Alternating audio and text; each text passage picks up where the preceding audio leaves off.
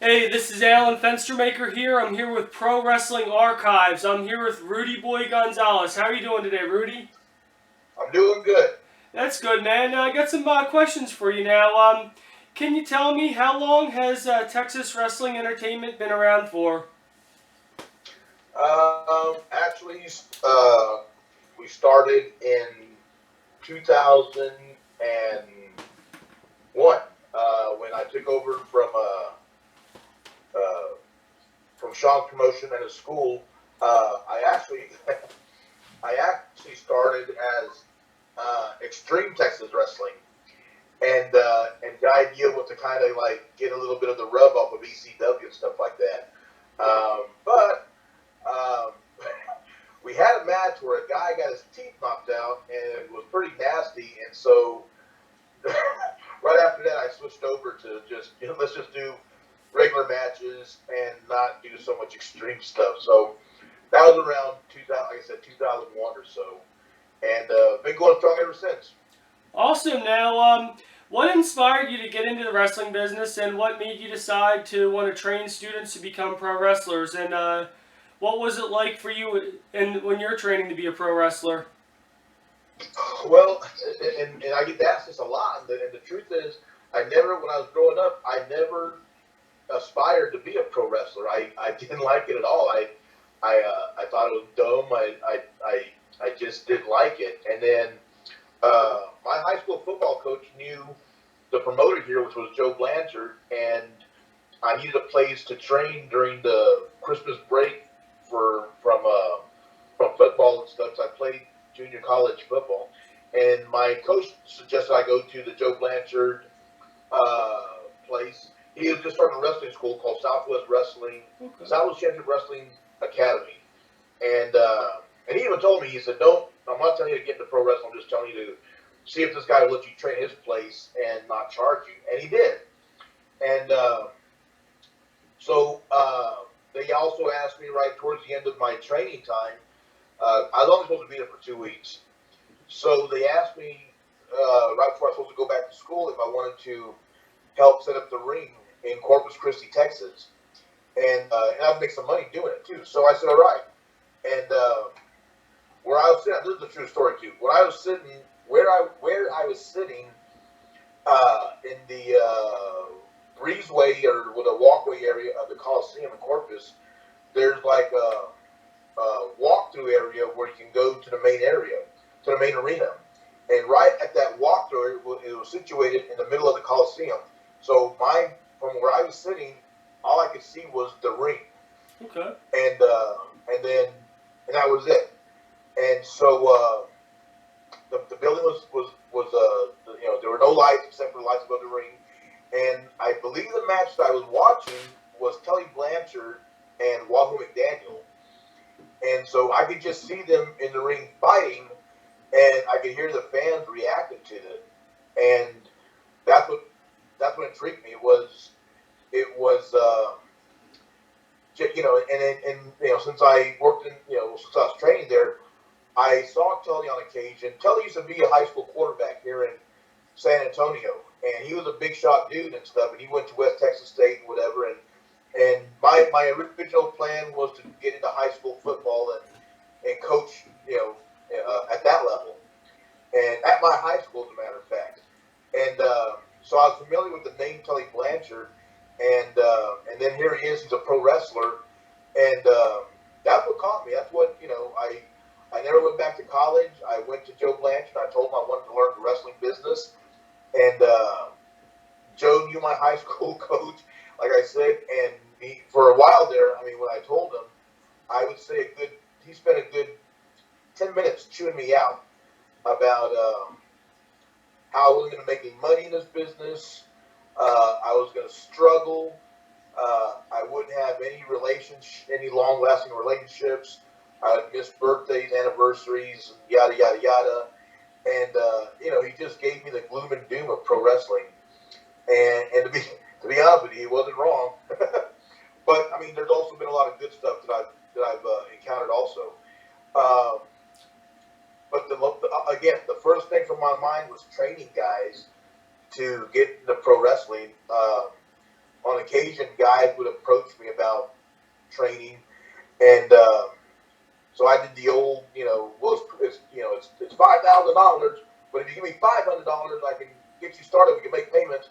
And there are a few guys where I got them in the ring and made them do the push-ups, the crunches, the squats, running the ropes, and that sort of stuff. And I did get some training in amateur wrestling. I'm not saying I'm the next, or I was the next Kurt Angle or anything like that, or the first Kurt Angle, but I did know a little bit of wrestling stuff. So once I got the guys blown up and stuff, then I just stretched them, as was how business was done back in the day.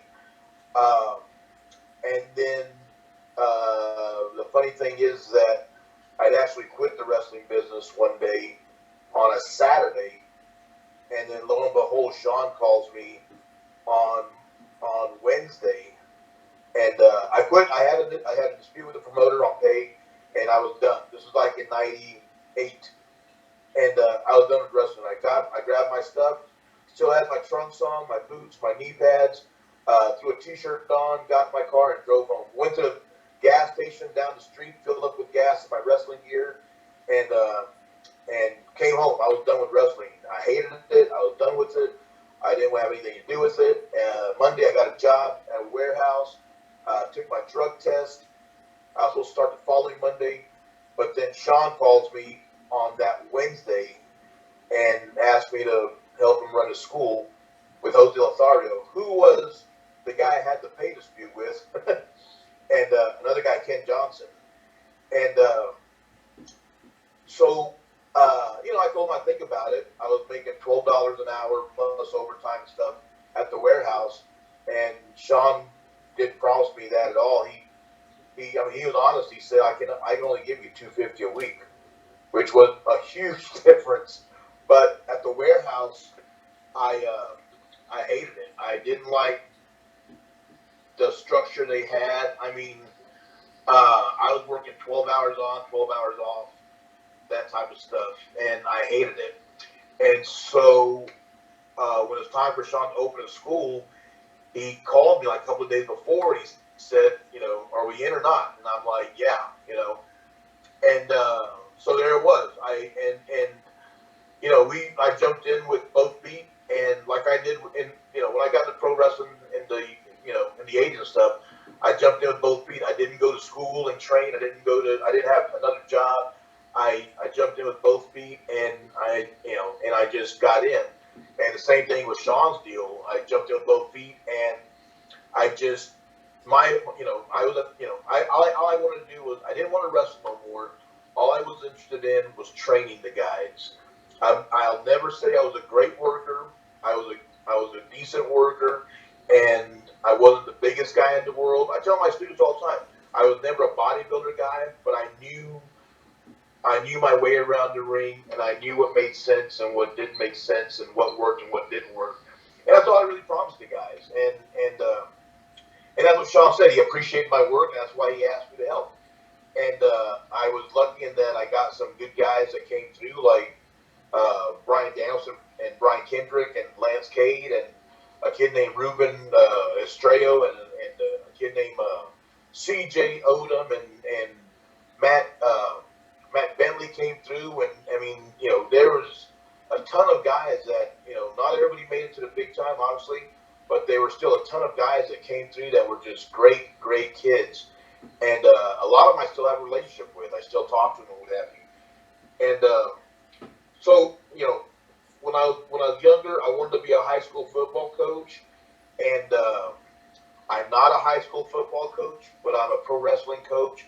And I would trade it for anything. I enjoy what I do. Okay. Now, what was it like working with Shawn Michaels? Up until that point, I never knew, Shaw's from San Antonio. As a matter of fact, our high schools played football against each other. I don't know what position he played or anything. I never even asked him. But I'd always heard, and I'm sure, Shawn was this, Shawn was that. He was, hard to work with, and attitude and all that stuff. You know what? And the students that went through the school will probably tell you the same thing. the guy that I trained with, the guy that I worked for, was not even close to that. I mean, uh, Shawn was, working for him was an experience. It was great. We were trainers, we were coaches, uh, we gave advice, and then when the students weren't around, we just sat and talked about stuff. Just there are things I had questions about, as anybody else would, and I asked when he was in front with me about stuff, and we just talked. We were just like the guys, we're just um, a couple of guys, and you know, I never missed a day of work. Sure, we bumped heads on stuff or whatever, and that's going to happen with anybody, with employers, with friends, anybody. But I mean, I you know, I couldn't, one, I'm very appreciative of what he did in calling me, and two, I mean, uh, I couldn't have asked for a better opportunity from a better guy. I mean, and I'm not saying it because of any other reason other than I just had a great time uh, working for him, and it was a hell of an opportunity. It was a hell of a deal, and I mean, that was that. Whatever you hear out on the internet and stuff like that about, as a wrestler, I guess as a performer or whatever, maybe that may be true, but working with him, pedestrian wise, great guy. Okay. Now, I also see that you worked with wrestlers such as. Now, I see that you've worked with wrestlers such as Daniel Bryan, Brian Kendrick, Paul London, Lance Cade, Sean Hernandez, Matt Bentley, and Milano Collection A&T trained at TWA. What was it like watching these superstars competing on the level that they were on and having a hand in their training? All the guys came in from Milano to Shawn. Shawn was actually trained by another guy here in Texas, and I'm not sure what happened there or anything like that. That's none of my business. But he came and said, "Look, bro, I need help. Can you send me in the right direction?" And I feel like I did. I mean, he ended up, I helped get him into Ring of Honor, and then he went to TNA and AAA and stuff, and I gave him some tips, advice, I guess, whatever. Uh, Brian and Brian were like sponges. Paul London was like sponges. Matt Bentley, I mean, you would tell them to jump and they would say how high. I mean, they just, and the good thing about Brian and Brian was that they studied wrestling at home when they were away from the gym. I mean, they had stacks and stacks and stacks of tapes. So when Matt met them and stuff, Matt would go to their apartment and they'd just watch tapes. And the other students did also. After training, we trained like from 9 a.m. to 12 noon. And then afterwards, Brian and Brian would ask me, and Lance, if I mind, sticking around and showing them some stuff. So we would stay from 12 to like 3 o'clock or so, and then again from 7 in the evening till around, sometimes till midnight, and just working an arm. What do you do with a guy's arm? What do you do with his leg? What else can you do? How do you manipulate a guy? How do you make him sell his back? How do you just no real what's the word I want to use, plan, but we just all those guys were like that. Paul had a habit of Paul London did the independents around Texas for a while, and he was just just uncontrollable, just unleashed raw talent. It was just very raw, and it was a matter of leashing him in a little bit and try this differently and slow down a bit here and there. Milano Collection was from Japan. He got trained at Dragon Gate, so his whole deal was to come down here and learn American wrestling. So even though Milano was a big wrestling star in Japan, he was zero here, And I'm not saying that disrespectfully. I'm just, as a matter of fact, I tried, I talked to I talked to Johnny Ace one time about him getting a match or a tryout of some type with WWE.